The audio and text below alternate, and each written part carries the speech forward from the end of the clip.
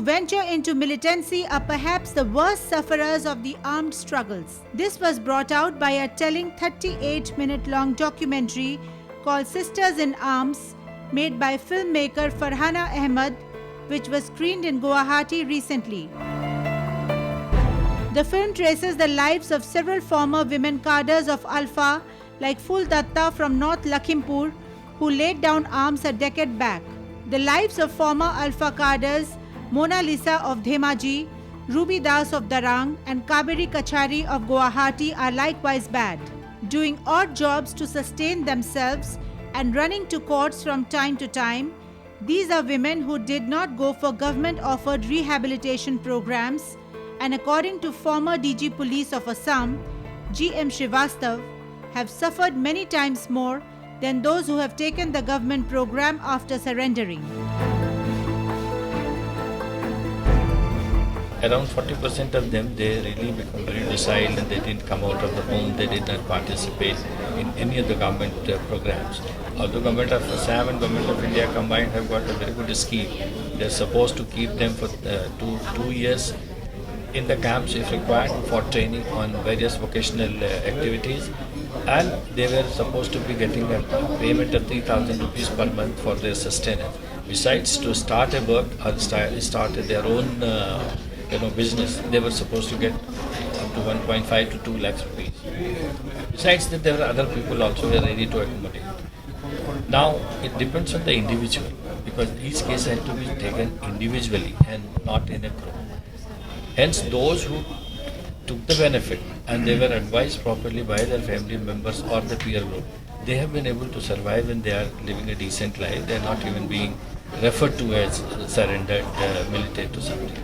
But the girls who had more leaning towards honoring what the family members were saying and were feeling shy and guilty for having been in the camp, they shied away. They did not go to the camps, they did not try to learn any other vocation, and even the government grants that were given to them was spent on different kind of things, like getting a room repaired in the home, buying a machine, buying a TV, or spending it on younger brothers' education, things like that, so that their acceptance is higher in the family.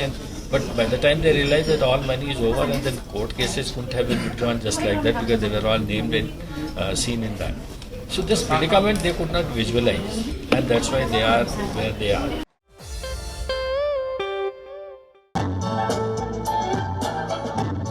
Arunachal Pradesh dazzled with a bevy of beautiful women walking the ramp and competing with each other to win the crown in the first ever Miss Arunachal Winter Beauty Pageant 2016 recently. The show started with contestants dancing on the stage with perfect elan.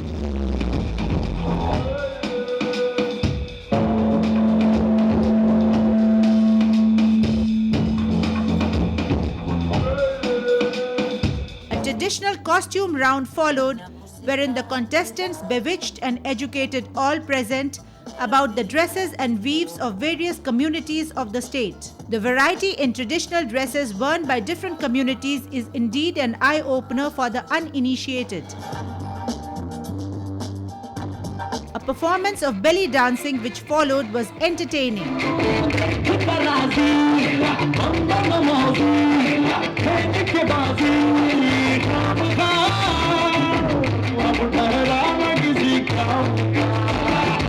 Next came a performance from the New Intention group of Arunachal's Got Talent. In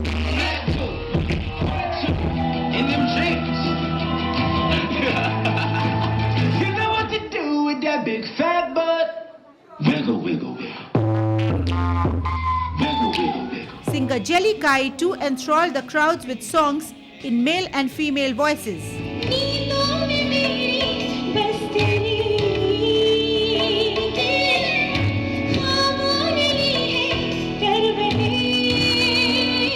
न जीना कभी मुझको तू फासले, न देना कभी मुझको तू फासले, मैं तुझको कितना चाहता हूँ, तू कभी सोच ना सके. The pageant contestants walked right back on the ramp soon after, wearing Western clothes.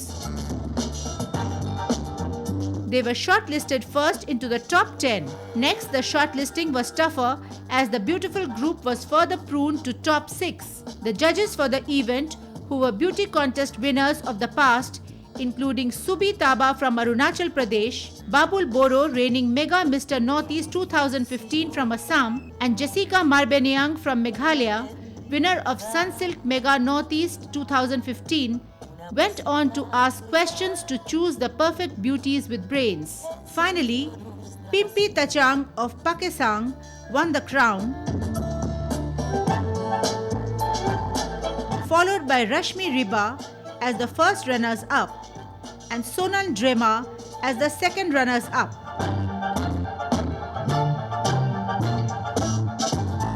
The program was attended by Minister of RWD, Agriculture and Labour, Kumar Wali as chief guest, and Parliamentary Secretary Home, Panjia Wage as guest of honour. Both the honoured guests encouraged youth to expose their talents, saying that every talent can boost a good career.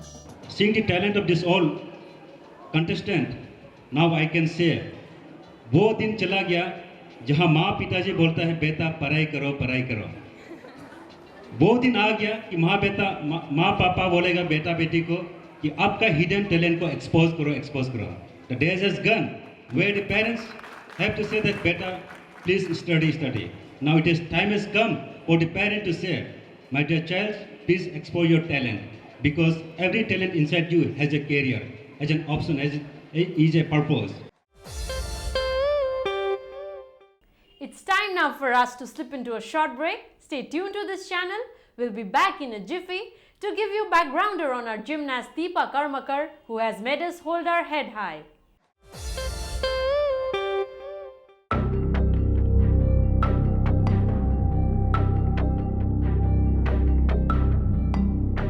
If man is born free, why do some have to hide in the jungles and live in fear?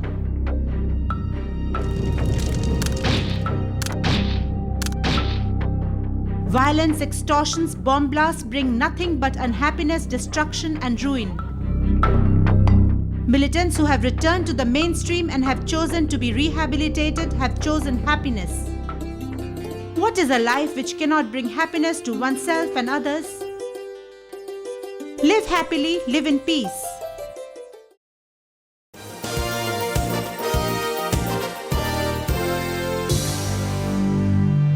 First Word, a complete monthly magazine of the Northeast, packaging news and current affairs, sports, culture, festivals, achievers, life in metro and lots more.